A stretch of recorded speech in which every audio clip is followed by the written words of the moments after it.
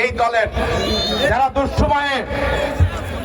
দুঃসময়ে নেতা কর্মীদের পাশে ছিল, যারা মামলা হামলা জেল জুলুমের নির্যাতনের শিকার হয়েছিল, যাদের পাশে যে নেতা দাঁড়িয়েছিল, তাদের বাদ দিয়ে অন্য কোথাও মনোনয়ন যেতে পারে না।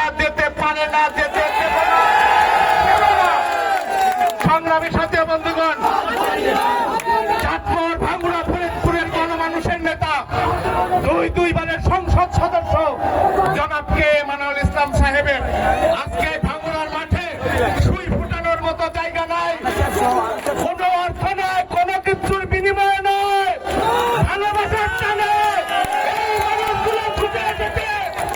সংগ্রামী সাথী বন্ধুগণ, আমি আমার অতীতের একটা ডায়লগ দিয়ে শেষ করে দেব। বাংলাদেশে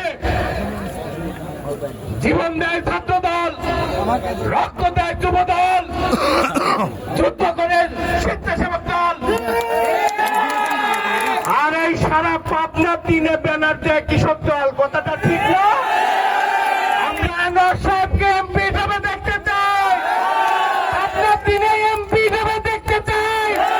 এই আশা ব্যক্ত করে সকলের সুস্বাস্থ্য এবং দীর্ঘায়ু কামনা করে আমি আমার সংক্ষিপ্ত বক্তব্য এখানে শেষ করছি। বাংলাদেশ জিন্দাবাদ, শহীদ জিয়াউর রহমান, খালেদা জিয়া জিন্দাবাদ, তারুণ্যের নায়ক তারেক রহমান বিরাট বেশে আসবে ফিরে বাংলাদেশে। দেখা হবে রাজপথে। আল্লাহ হাফেজ। বাংলাদেশ জিন্দাবাদ। সবাইকে ধন্যবাদ।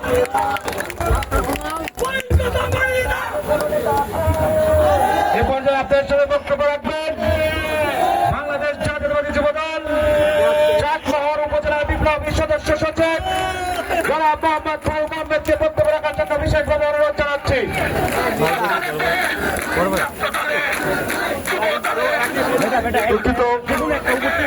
এ পর্যায়ে বক্তব্য রাখবেন ভাঙ্গুড়া উপজেলা সাবেক সাংগঠনিক সম্পাদক, বারবার নির্বাচিত সিনিয়র সহসভাপতি